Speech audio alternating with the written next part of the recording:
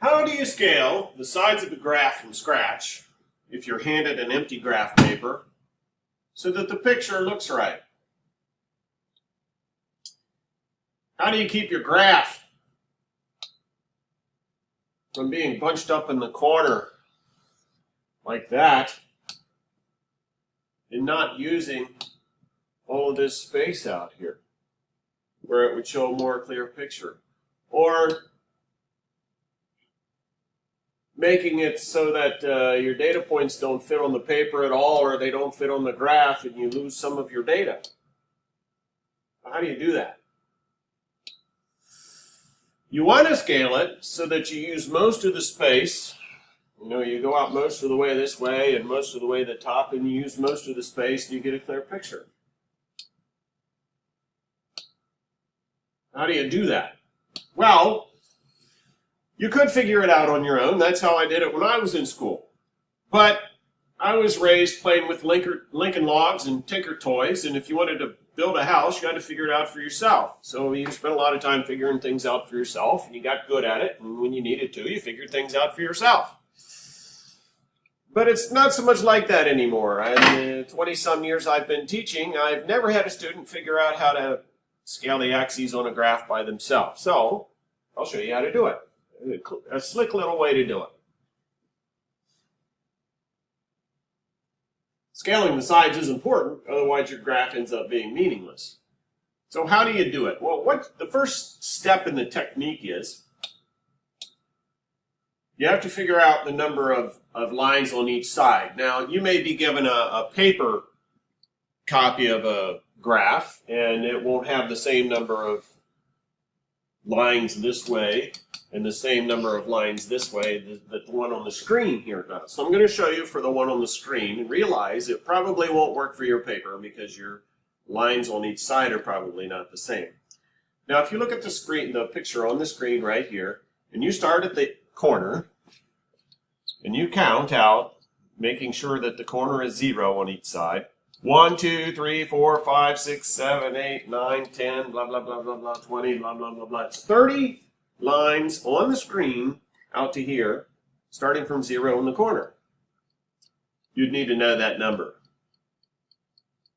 Likewise, that's the horizontal axis, and the vertical axis, what we normally call the y-axis. This would be normally the x-axis.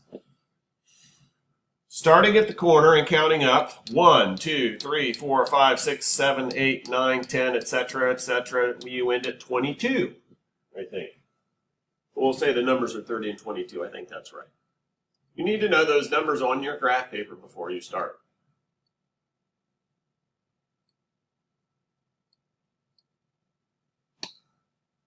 The graph paper on this screen has 30 lines on the x-axis and 22 lines on the y-axis. 30, 20.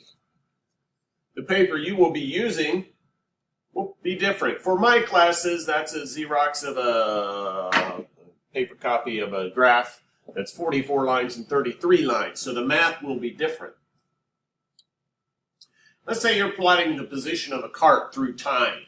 This motion occurs for 12 seconds, and the cart moves away from you farther and farther until it reaches a final displacement of 152 meters away. Now, if that word displacement is unfamiliar to you, it's just the distance away from the beginning point. So it's kind of like distance, but it's distance from a beginning point. And the cart starts, let's say, at your feet and goes farther and farther and farther away, and the numbers get bigger and bigger, up to 156, and then the last one is 152. So the cart actually goes backwards here in the last second. I intentionally made the largest value, not the end one, on that axis, so we could see what happens. Working late on Labor Day. Okay. So here's how this goes. Next, you want to determine your biggest value of a time data and your biggest value of a displacement data.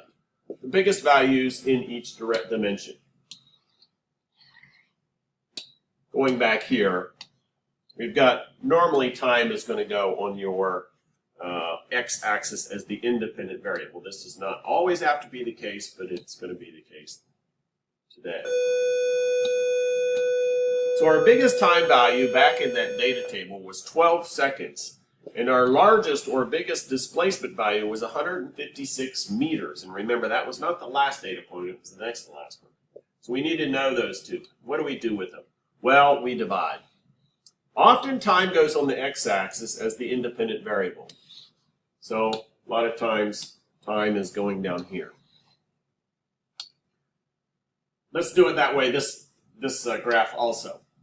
Let's put the displacement values on the y-axis as the dependent variable.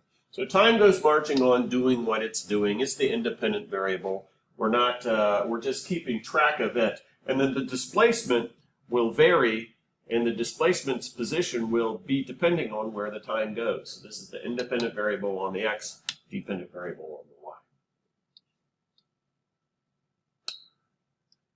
All right, so here's the process. Once you've counted up your lines on the paper, and you know how many you've got, you divide your biggest time value by the number of lines on that side. The biggest time value was 12 seconds, 0, 1, 2, 3, 4, 5, 6, 7, 8, 9, 10, 11, 12. The biggest, or the number of lines on that side was 30. You divide and you end up with 0.4. Now, here's the next part of the technique. You need to round up to a convenient number, and you always round up doing this. Round up to a convenient number to work with for labeling the sides. You have to round up so that you're always leaving your room on the end of your graph.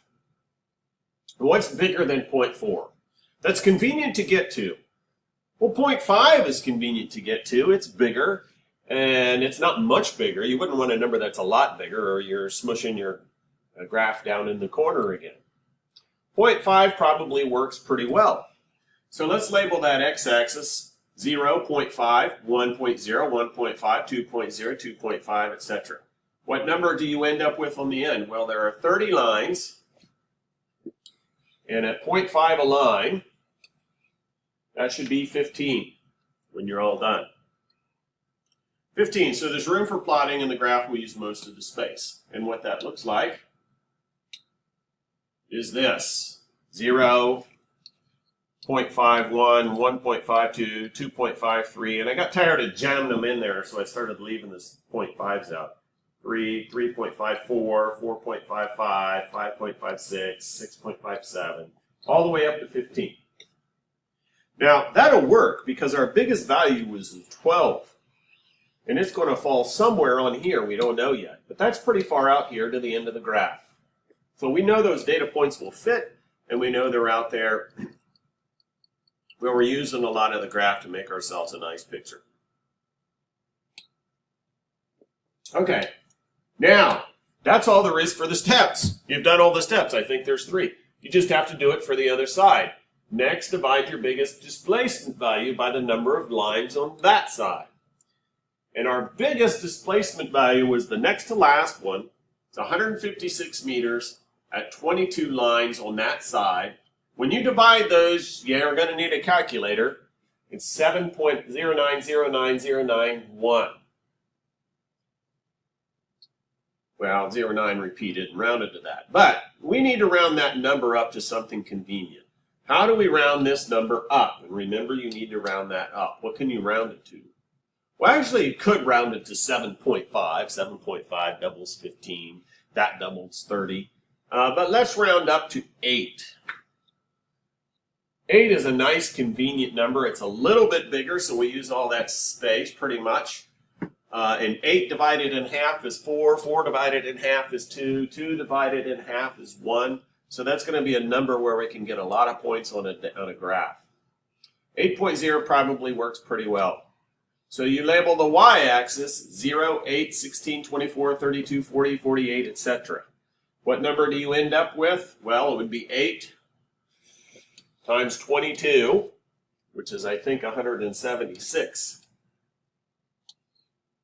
So there's room for plotting, and the graph will use most of the space. So when you plot that side, and you start here, 0, 8, 8, the next one plus 8, 16, the next one plus 8, 24, 32, 40, 48, etc., etc., etc., all the way up to 176.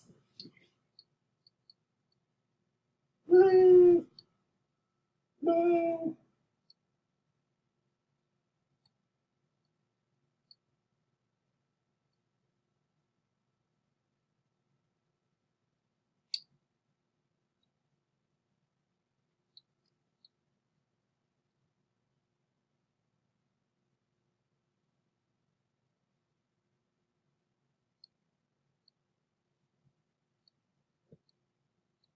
Okay, back to reality here. There's where I was. So your biggest time value on your graph falls somewhere out here. Your biggest displacement value is going to be about 156. It's going to be somewhere in here. Your biggest point is going to be somewhere along 156, and your last point is going to be a little lower. So we're using a lot of that space on the graph. And when you go back to this data, and you put it into this graph, now I'm going to make an assumption I shouldn't make here perhaps, and I'm going to assume that at this point you know how to read out for the times and then put your displacement in so you can get these one at a time. The main problem I'm dealing with here is for people that have never set up a graph from scratch and they need to know how to do the sides. That's a little bit different task. So if you put this data in, you end up with this shape. And you have made your first graph from scratch. From now on, just adapt the technique to something that's got a different graph paper and different data.